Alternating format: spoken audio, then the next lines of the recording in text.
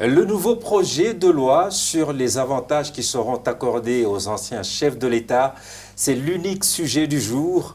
Les députés ont approuvé jusqu'à presque l'unanimité le montant d'1 milliard de francs burundais, le salaire et l'intendance à vie de vice-président et la construction d'un palais de luxe qui vont être offerts à ces anciens présidents à condition qu'ils aient été élus.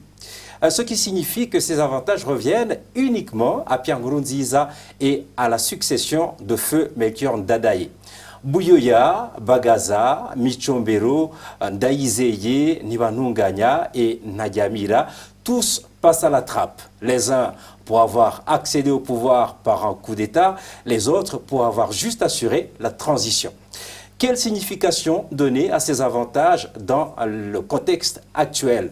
C'est autour de cette question que vont débattre nos deux invités. D'abord, Innocent Mohozi, journaliste et directeur de la télévision Renaissance. Bonjour. Bonjour Franck.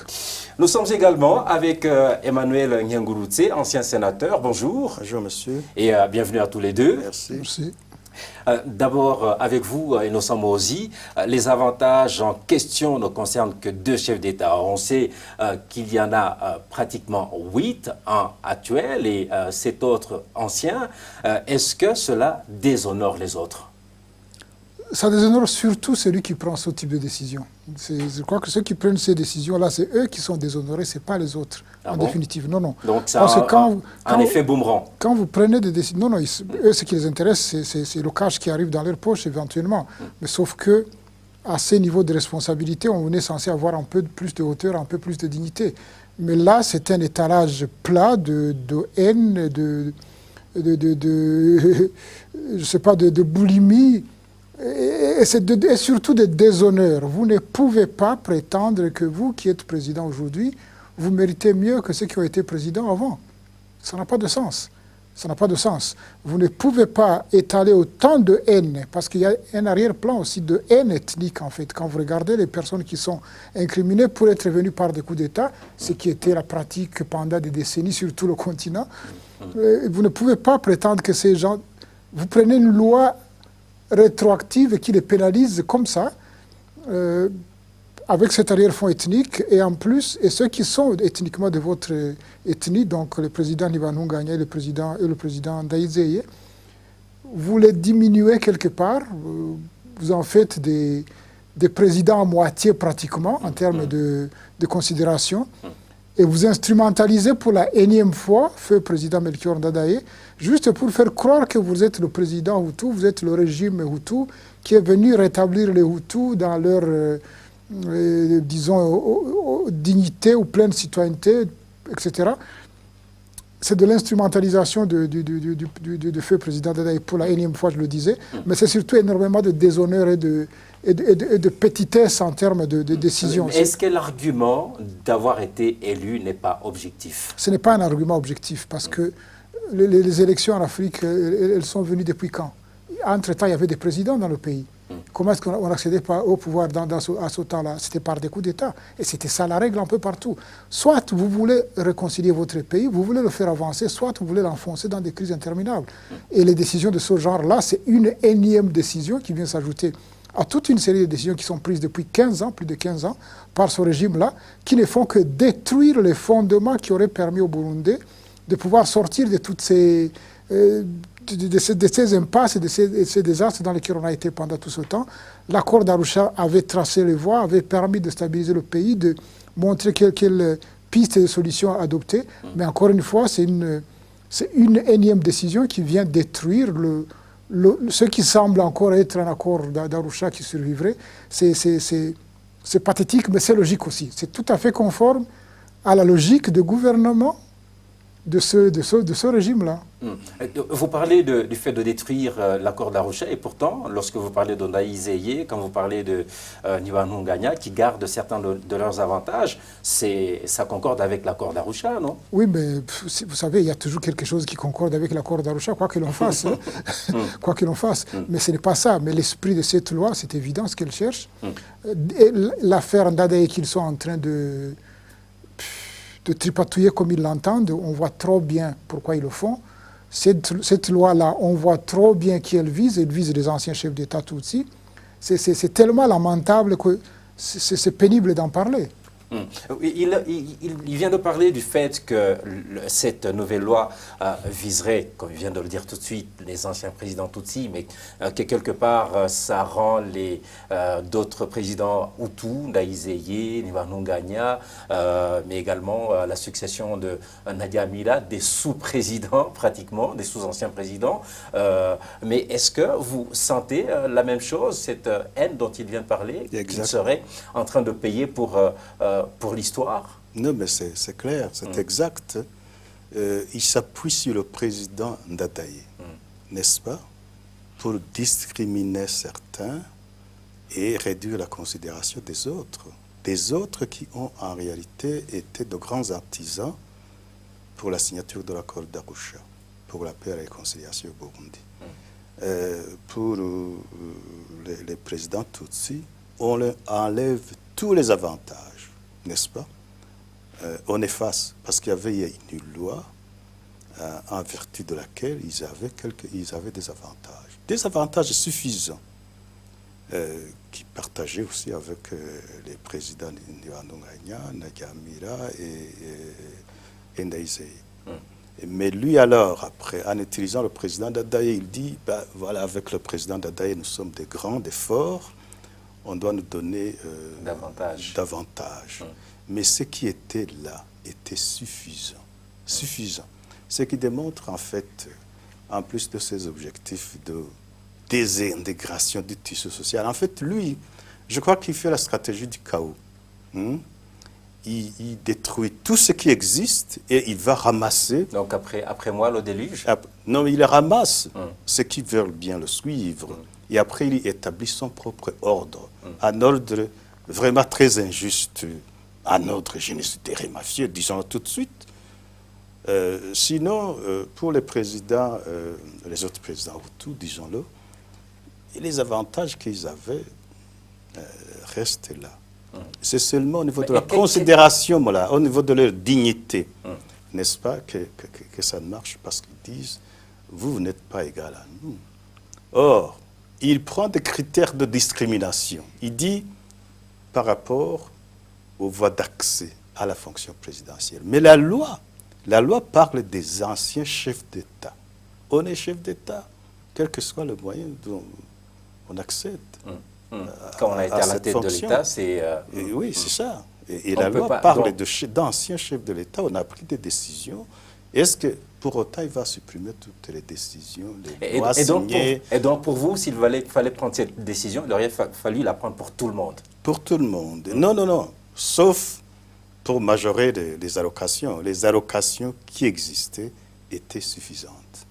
Et je ne pense pas qu'ils se sont plaints, les anciens présidents, pour réclamer, n'est-ce pas, davantage. Mais lui, ce qu'il montre là, c'est que c'est un insatiable, comme on dit. Et lui, il démontre l'appât du gain. Il aime les facilités, tout ça. Et ça, ce n'est pas le profil d'un bon président, d'un bon leader. Il y a le président de l'Assemblée nationale qui a dit le président Pierre Nkurunziza, il a trop souffert, il a dit en Kirundi, il y a là, il y a kumajoro menshi, ayo mafaranga ivyo bintu arabikwiye. Est-ce que ça serait, comment est-ce que vous considérez ces propos? Non, mais ce sont des propos d'un grand courtisan, un grand courtisan, inconscient et inconsciencieux, parce qu'il ne sait pas qu'il doit appliquer la loi. La loi lui interdit, n'est-ce pas, de voter des lois qui demandent des charges supplémentaires et injustifiées à l'État, des charges au budget de l'État. Ça, ça figure dans leur propre constitution. Et ça figure dans le règlement de l'ordre intérieur. Et pourtant, ils disent que les moyens existent bel et bien et que cela ne va pas du tout causer des soucis au budget de l'État. Quels moyens, quand vous regardez le niveau de vie de la population burundaise, les dettes, l'état sanitaire du pays, les écoles, tout ça là, est-ce que le Burundi, c'est l'un des pays les plus pauvres au monde, je crois. je crois. C'est pas le plus pauvre. Mais si les moyens existaient, pourquoi ils iraient racketter les citoyens tous les jours pour financer les élections, pour financer, je ne sais pas quelle adduction. Si les moyens de l'État, si l'État avait les moyens, pourquoi ils seraient en train de racketter les gens depuis 15 ans maintenant? Oui, Ils savent très bien. Vous venez de parler d'élections, et ça c'est un argument que vous n'avez pas du tout avancé, et pourtant l'opinion en parle beaucoup, en disant, en parlant du fait que, en parlant de Ndadaye, c'est beaucoup plus, c'est une mesure populiste pour montrer notamment aux Hutus, écoutez, je suis en train de faire ceci, je suis en train de faire cela, Élysée qui je vais désigner par exemple. Vous savez, ces élections-là, c'est même pas la peine d'en parler parce que, à moins d'un miracle, je ne vois pas comment ils pourraient laisser Rwasa gagner avec tout ce qu'ils sont en train de faire à ses militants, avec tout ce qu'ils lui ont fait lui-même. Donc, il y a des élections, ce sera encore une fois une mascarade. C'est eux qui vont gagner les élections, ils vont les programmer, ils vont les gagner. Ils ont refusé qu'il y ait des observateurs, qu'ils appellent des colons, etc. Il n'y aura pas de travail de médias indépendants, il n'y aura rien pour... Il n'y a rien pour parler d'élections dignes de son nom dans ce pays. Nkurunziza va partir éventuellement. Donc les élections sont gagnées d'avance. Mais le problème, le système va perdurer. Avec ou sans Nkurunziza, là n'est pas la question. La question, c'est ce système-là, cette façon de gouverner, cette façon de tyranniser le pays. Si cette façon-là se maintient, continue, ben, le problème reste entier. Donc le prétexte des élections maintenant, vous savez, la question majeure n'est pas de savoir comment on arrive au pouvoir. Ce n'est absolument pas cela. Qu'est-ce qu'on fait du pouvoir? C'est ça la vraie question. Est-ce qu'on est leader d'un pays pour contribuer à résoudre le problème de la société, les problèmes de pauvreté dans l'autre cas, les problèmes d'un système judiciaire digne de son nom, les problèmes de sécurité pour tout le monde, les problèmes de progrès matériel et social, l'éducation, la santé, etc. Est-ce qu'on s'occupe de ces questions-là ou on est occupé à piller le pays, à tuer ce qu'on pense ne pas être ses amis, à régler des comptes imaginaires ou réels, etc. Ce qui est fondamental, c'est qu'est-ce qu'on fait du pouvoir. Ce n'est pas tellement comment on accède au pouvoir. Et s'il utilise l'argument des élections pour le président Ndadaye, pour lui, ce n'est pas tant qu'il y croit, c'est juste parce qu'il sait qu'il se couvre avec le président Ndadaye pour avoir des avantages qui l'intéressent lui. Et par la même occasion, il instrumentalise le président Ndadaye comme il le fait depuis un bon bout de temps, avec le pseudo-procès qui est en cours et d'autres décisions qui ont été prises. Donc, ce qui est fondamental à propos du pouvoir, ce n'est pas trop comment est-ce qu'on accède au pouvoir, c'est qu'est-ce qu'on fait du pouvoir. Emmanuel Ngurutse vient de dire, écoutez, les avantages dont disposaient les anciens chefs d'État, c'était déjà suffisant. Est-ce que vous admettez également qu'1 milliard de francs burundais, une ville à Kossu et un salaire de vice-président à vie, etc., est-ce que ça serait trop? Vous savez, qu'un ancien président soit dans une villa Kossu, ça ne devrait pas être un problème en tant que tel. Comme on ne dit pas que Ngumwa m'a bouché. Mais bon, mais cela étant dit, l'ancienne loi aussi disposait ça. On leur assurer le logement, un logement très décent, digne de leur cela dit la question. Jusqu'à la fin de leur vie.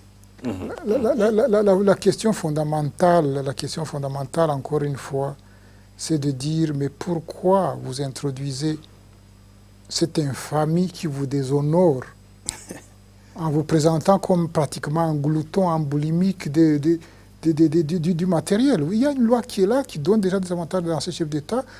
Vous en bénéficiez, les autres ont le droit d'en bénéficier. Vous introduisez des choses sales, même dans des choses les plus inattendues, en fait.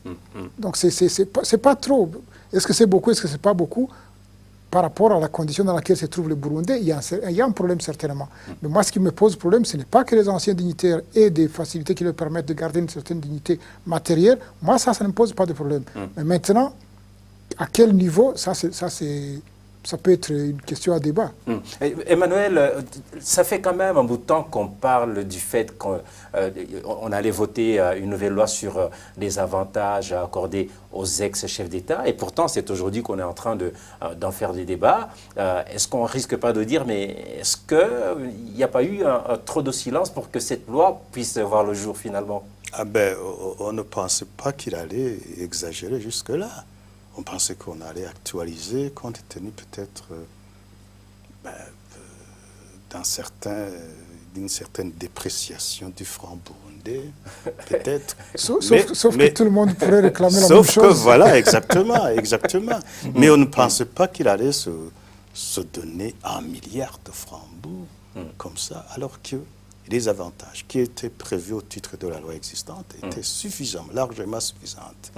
Et de toute façon, lui, il a trop de biens. On sait très bien qu'il a trop de biens. Il est cité parmi les présidents les plus riches d'Afrique. Pas du monde. Je ne sais pas. Du monde, et alors, moi, je ne sais pas. Je ne sais pas. C'est pas ça le débat. Donc, on ne pensait pas qu'il allait arriver jusqu'à ce point-là. Parce que ça, c'est pourquoi on a dit, c'était normal. Mais maintenant, avec 1 milliard, avec 6 véhicules, avec 16 personnes, 16 éléments attachés à son personnel, etc., etc. Et des avantages inouïs, que même des pays développés ne peuvent pas réserver à leurs anciens présidents. Juste en quelques mots, alors comment... vous prenez le dernier pays le moins développé du monde et vous flanquez des milliards à un ancien président et qui n'a rien fait pour le pays, sauf le ruiner politiquement, humainement, économiquement, tout. C'est le président qui enregistre le bilan le plus mauvais de tous. Juste en quelques mots, comment comprendre, puisque vous avez parlé de Ouagadougou, avec tout ce qui se passe, tout ce qui arrive à ces militants, au bien de ces militants, etc., qu'ils aient pratiquement voté pour cette loi? Parce qu'il n'y a pratiquement que 2 voix, que 2 personnes qui n'ont pas voté pour. Je ne sais pas si c'est 2 ou si c'est 12. Non, c'est 12. C'est 12 plutôt. Mais quand même, 2 se sont abstenus. 2 se sont abstenus, effectivement. C'est 12 quand même. Donc ça, c'est au moins, c'est clair, c'est les 12, justement. C'est ceux de Rwassa, j'imagine. Hein. Mais ceux de Rwassa, ils sont à 30. Ils auraient dû... Non, ce qui veut dire quand même qu'il y a une bonne majorité qui a voté pour. Vous savez, ce qui se passe au Burundi aujourd'hui, si vous essayez de le comprendre rationnellement, vous n'y arriverez jamais. C'est tellement une accumulation d'absurdités croisées dans tous les sens qu'on ne peut pas arriver à comprendre ce qui se passe. Donc, est-ce que les gens raisonnent rationnellement? Est-ce qu'ils sont sous la tyrannie de la peur ou ce qu'ils sont? Je ne sais pas. Mais ce qui est certain, c'est que cette loi est une infamie de plus sur le dos de ces gens qui certainement une infamie de plus ou de moins, ça ne doit pas trop signifier grand-chose pour eux. Mais ce qui est important, c'est de comprendre que aussi longtemps que ce système sera à la tête du Burundi, il faut s'attendre au pire et à toutes sortes de choses absurdes. Et il ne s'agit pas du départ de Nkurunziza. Nkurunziza va partir, il va s'assurer, lui et ses amis, du maintien du système. Et donc le souci, c'est le système. Le souci, c'est le système, ce n'est pas l'individu. C'est pas l'individu. L'individu, un chef d'État, notamment au Burundi, c'est quelqu'un d'extrêmement important, d'extrêmement puissant, certainement. Il peut changer des choses dans le bon sens comme dans le pire. Mais ce qui est fondamental à garder à l'esprit, c'est que ce groupe-là qui tyrannise le pays depuis 15 ans, il va tout faire pour rester en place. Et si quelqu'un se fait des illusions, comme quoi les élections vont changer quelque chose, on verra bien. On va revenir brièvement sur cet aspect-là. Je rappelle que vous suivez le Club de la Presse, une émission qui est produite en synergie par les radios RPA et Nzamba Agate Kakao et la télévision Renaissance. Nous parlons aujourd'hui de la nouvelle loi, ou plutôt du nouveau projet de loi sur les avantages qui seront accordés aux anciens chefs d'État élus dans le studio. Nous sommes avec Emmanuel Nyanguruze, ancien sénateur, et Innocent Mozi, journaliste et directeur de la radio-télévision Renaissance. Emmanuel, pensez-vous qu'en plus de ses propres discours de ne pas se faire représenter, de ne pas se représenter pour un autre mandat, et ce qui vient d'être annoncé comme avantages qui pourront lui être accordés à son départ, qui ne pourra vraiment pas, que c'est une preuve qu'il ne pourra plus se représenter, même si ce n'est pas aussi important comme vous venez de le dire? Oh, écoute, oui, ce sont des signes. Mais moi, j'attendrai jusqu'à la dernière minute, parce que avec l'homme, tout peut arriver. Surtout qu'aujourd'hui, ils sont en pleine prière. La loi est là. La loi est là. Non, mais ils sont en pleine prière à Gitega et ils Oui. ont dit on attend que Dieu nous dise. Exactement. Oui, Ça oui. peut être lui, que leur Dieu. Parce que je ne sais pas quel Dieu il parle là. Donc, ça peut être son nom. Ou alors, on a lu beaucoup de choses dans la presse. On ne sait pas. On peut aujourd'hui nominer quelqu'un et le peuple se met dans la rue et après il dit c'est lui. C'est lui notre chef, Nkurunziza, qui doit revenir. On ne sait pas. Il faut attendre jusqu'à la dernière minute. Et puis, comme le disait si bien Mrozi, l'important, ce n'est pas... c'est le départ de tout le système qu'il incarne.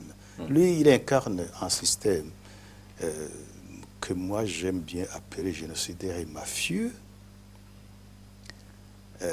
S'il part, le système va rester et il va toujours tirer les ficelles de celui qui le remplacera.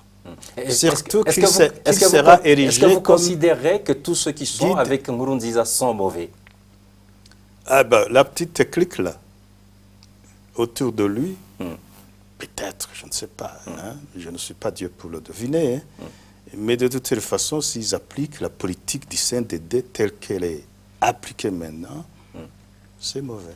Et donc, Il n'y c'est a la pas continuité. d'espoir, c'est la continuité.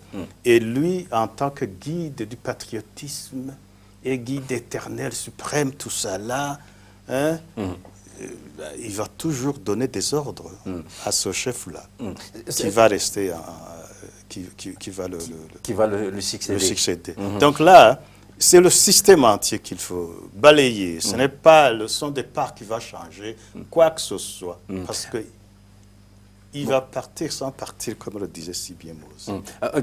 Innocent, vous disiez que vous n'accordez pas beaucoup d'importance à la somme du milliard ou encore à une villa cossue ou encore à ce salaire de vice-président à vie, etc. etc.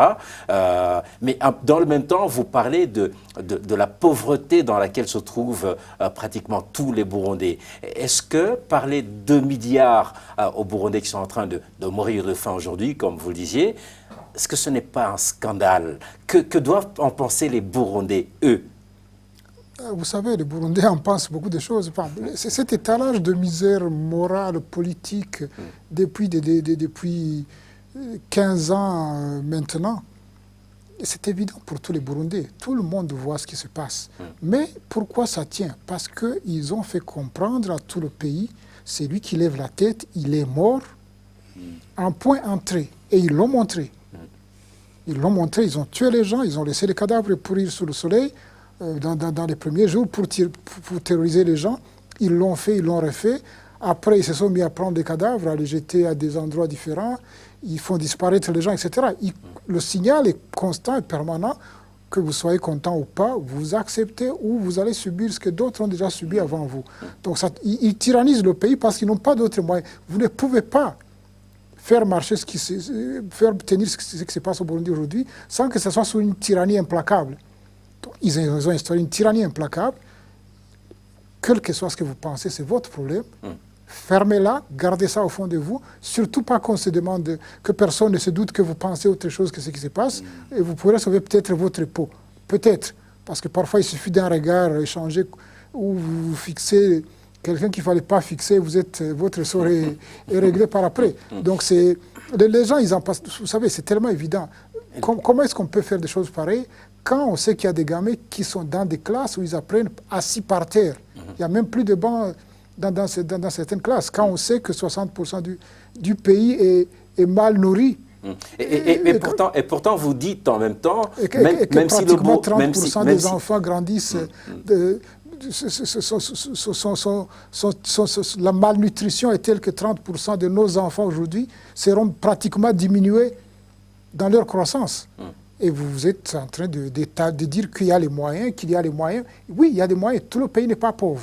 Et pourtant, il y a des gens qui canalisent tout vers leur poche. Et dans le même temps, vous dites, même si un Burundais trouvait que c'est scandaleux de parler d'1 milliard pour un ancien chef d'État, qui ne montrerait pas qu'il est scandalisé. Ben, il ne le dira pas à haute voix, en tout cas, tant qu'il est dans le pays. Quelles peuvent être les conséquences de cette mesure, Emmanuel? Bon, les conséquences, il y en a beaucoup. Il y a d'abord le renforcement l'approfondissement des divisions, n'est-ce pas? On a eu à le dire que... Entre qui? Entre les anciens chefs d'État ou les anciens entre chefs d'État, les composantes de la population? Tout ça, tout c'est de corps. Parce qu'il y a les composants de la population qui soutiennent tel ou tel président, ou même sans le soutenir, le sympathisent. Lorsqu'on voit qu'il est, n'est-ce pas, discriminé, ils ne sont pas contents. Et ils regardent d'un mauvais œil l'initiateur du projet, qui est le président Nkurunziza, et les siens. Deuxième conséquence néfaste, c'est que la leçon peut prendre malheureusement chez les jeunes générations que finalement on rétribue qui? Quand on rétribue Nkurunziza, qui a mis à feu à sang le pays, tant politiquement qu'humainement, économiquement, socialement, on lui donne des sommes faramineuses à l'issue de ce mandat, s'il arrive à quitter. Ça ne marche pas. On récompense quoi en fait? On récompense le mal, l'immoralité, le mal, le crime, n'est-ce pas? N'est-ce pas qu'il est accusé de crimes contre l'humanité par tout le monde, la Commission internationale d'enquête, oui. C'est pas encore le tribunal, mais de toute façon, c'est qu'on sait, on le sait, tout le monde le sait. Et la troisième conséquence, le leadership national, il est très faiblard. Peut-être que le régime qui va suivre, ils vont prendre les mesures appropriées. Vous voyez ce Parlement-là, qui viole la Constitution et qui roule pour une seule personne, un despote. Mais ils ne violent pas la Constitution puisqu'ils appliquent la nouvelle Constitution. Même là, je dis, leur nouvelle Constitution, au niveau de l'article 199, il est interdit de proposer des projets de loi qui imposent au budget de l'État des charges énormes. Parce que, comme on le disait avant, les avantages et privilèges des anciens chefs de l'État qui étaient régis par la loi de 2004 étaient suffisants. Suffisants, vraiment. Il ne fallait pas en rajouter. Et il y a le ministre qui, normalement, devait s'opposer. Le simple fait de s'opposer à un projet d'amendement de la loi. Parce que l'allocation de fin de mandat de 500 millions proposée par le gouvernement a été multipliée par 2. C'est le ministre, la ministre, qui devait s'opposer. Et il suffit qu'elle dise « non, je m'oppose » et la chose marche. Parce que c'est comme ça que c'est inscrit dans leur constitution. Mais ça n'a pas été le cas. Notre leadership national, le Parlement, le gouvernement, vous voyez comment ça travaille pour une seule équipe, pour un même groupe, pour un individu, mais pas pour le pays. Et là, c'est vraiment décevant. C'est même indécent. C'est indécent qu'un chef de l'État, autre leader, que lui, il préside un conseil des ministres destiné à faire quoi? À se donner moult avantages inouïs et à les retirer à ses prédécesseurs. Ça, c'est vraiment de l'indécence. Et ça, c'est très mauvais pour le pays. Mais ce sont les députés, en fait, qui c'est encore un projet de loi. Non, c'est un projet de loi, mais c'est voté d'abord au Conseil des ministres. Et le Conseil des ministres que le président Nkurunziza préside. Il préside, n'est-ce pas, pour se donner des avantages inouïs et retirer à d'autres. Quelles leçons de modestie, quelles leçons d'exemple il donne aux autres? Il n'y aura pas de conséquences. Il n'y aura pas de conséquences. Pourquoi il n'y aura pas de conséquences? La loi va être appliquée. Là, si elle est passée au Parlement, il va la ratifier. Elle va être appliquée comme toutes les autres lois insensées. Et donc tout le monde va être content. Attendez, ce n'est pas une question d'être content ou pas. La loi va être votée, donc elle a été votée au Parlement, elle va être ratifiée par le président, elle va se mettre en application. Il n'y a pas de conséquences. Il aura l'argent qu'il veut. Il va ségréguer les chefs d'État qu'il veut ségréguer. Ça va s'appliquer. Ça, il n'y a pas de doute. Mais simplement, durant le temps que durera son régime. Comme beaucoup d'autres lois, comme beaucoup d'autres décisions contre nature qu'ils ont prises, qui sont en application. Vous voulez parler de son système, de son régime? Ce n'est pas que les gens approuvent ou qu'ils soient contents ou pas. Non, non, non. On sait bien que l'écrasante majorité du pays ne peut pas comprendre ces choses-là. Ce n'est même pas une question de ceux qui sympathisent avec celui-ci. Non, non. C'est du bon sens évident. C'est des questions de diviser le pays ou pas. Parce qu'encore une fois, vous savez, dans notre pays, le code, nous le connaissons. Hein, quand ces gens du système parlent de Buyoya, nous savons que ce n'est pas de Buyoya qu'ils parlent. Ils sont en train d'essayer de viser les Tutsis. Quand ils parlent de Ndadaye, ils sont en train de dire les Hutus. C'est aussi simple que ça. Les codes, nous les connaissons, nous sommes burundais. Donc, quand ils sont en train de jouer ce jeu-là, ils essaient d'approfondir la cassure entre les Tutsis et les Hutus. C'est ça l'objectif qu'ils visent. Est-ce qu'ils vont réussir? Jusque-là, ils ont échoué, lamentablement.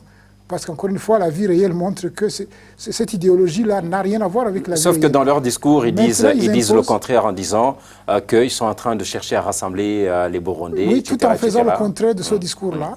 Ils parlent de rassembler les Burundais tout en faisant exactement le contraire. Et personne n'est dupe. Mais encore une fois, ce qui va se passer, c'est que la loi va passer, elle va être adoptée, elle va être appliquée, il n'y a pas de conséquences. Elle sera annulée, comme beaucoup d'autres lois, quand ce système-là aura été éliminé du pouvoir. C'est dommage que le temps soit très court sur cette question parce que je sens qu'on avait encore beaucoup de choses à dire, notamment sur le fait que ça peut peut-être être un avantage hein, si un chef d'État sait qu'il va bénéficier de tant d'avantages, qu'il va peut-être travailler pour la population au lieu de voler, de se prêter à la manie. Un chef d'État, un ministre, un parlementaire, un directeur général, tout cadre de l'État doit savoir et ne peut être dans ses fonctions que pour contribuer à résoudre les problèmes de la société. C'est la seule légitimité possible. Et non pas viser des biens... Non, non, non, mais il doit vivre, il doit être à l'abri du besoin, etc. C'est légitime, c'est logique. Mais fondamentalement, on ne prend pas un pays pour l'écraser, pour le manger, pour le détruire. Ça n'a pas de sens, comme ils sont en train de le faire. La légitimité ne peut être autre que celle d'être en position de direction de ceci ou de cela pour contribuer à résoudre les problèmes de la communauté. C'est la seule chose qui donne légitimité à celui-ci ou celui-là. Toutes les autres légitimités qu'ils essaient de brandir, ethnique, élection, machin, ce ne sont que des mots. Merci beaucoup, Innocent Mozi. C'est par vos propos que nous clôturons cette édition du Club de la Presse. Je vous remercie tout autant qu'à notre invité, notre deuxième invité, Emmanuel Ngengurutse. Merci à tous les deux. Et merci également à toute l'équipe technique, à toutes, à tous. Rendez-vous la semaine prochaine pour un nouveau numéro du Club de la Presse.